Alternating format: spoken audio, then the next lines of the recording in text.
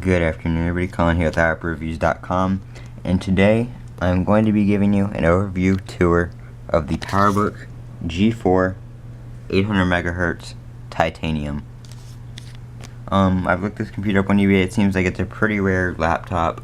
They only made them for about 8 months, and 800 megahertz PowerPC G4, 1 megabyte L3 cache, 512 SD RAM. I think it can be upgraded to 1 or 2 gigabytes. I'm not sure on that one. Startup disk, I actually fixed it. As you can see, it's now running and working, and it shuts down and starts up and everything like that. The clock is incorrect. There's no battery in it right now. I have a battery on order for it. You have your standard OS 10.4.11 stuff: Finder, Dashboard, Mail, Safari, iChat, when they called it iChat, Address Book, iTunes, iPhoto, iMovie HD, iDVD, GarageBand, iCal, QuickTime, Photo Booth, and System Preferences. And you have your About This Mac window. I'm going to show you some things about this computer. If we go ahead and pop the keyboard up, that is where you find some different heat sinks and stuff. And I'm pushing buttons.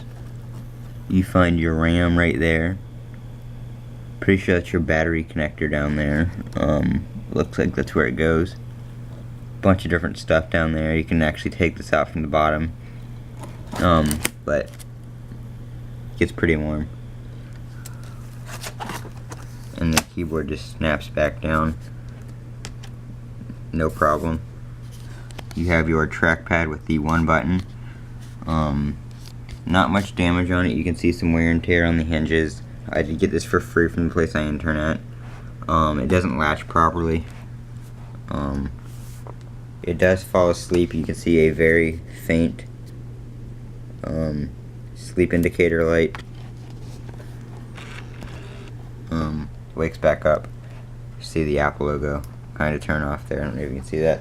Very faint light down there. It doesn't latch unless you kind of like push forward on it. You can actually get it to latch. I was actually going to try to... There you go. So it has latched. I'm using a yo-yo style adapter I had. It's not straight power. On this side you have your PC card expansion slot with the ejector. I think that's like a speaker, so I'm not really too sure what that's for. You have your headphone port right there. Turning it around back. Actually, I don't know if that was the sleep light right there. Oh no, I'm sorry. That right there is not the sleep light. That's just a little scratch in the plastic. The sleep light is actually right there on the top of it. And this is actually titanium, and actually is made out of titanium. Commercial grade titanium. Stronger than steel, but lighter than aluminum, is what Apple says.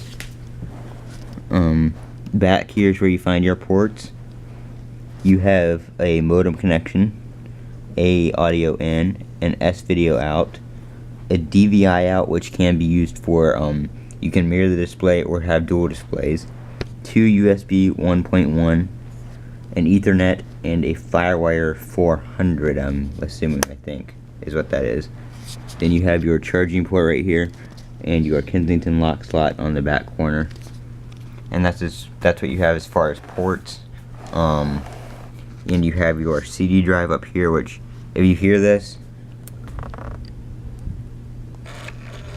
it sounds like it's a little jammed up, but I don't really know. I haven't tried to put a CD in there. I'm not going to either. But as far as I know, computer works great. It does have an airport card installed. I just can't get it to connect any networks for some reason. Not really too sure why. Unless it has an older airport card, because my other one connects just fine. And stuff like that. But that's it as far as this computer goes. And the way I fixed it, I actually cloned a hard drive.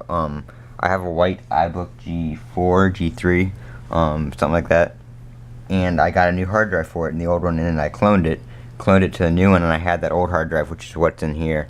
So that's how I got it to start up. Something was just wrong with the old OS or the old hard drive, which is why it wasn't shutting down or why it wouldn't let me create a new user account. But as you can see, I can now log out of the account, and I can shut it down just fine. And everything appears to be working great.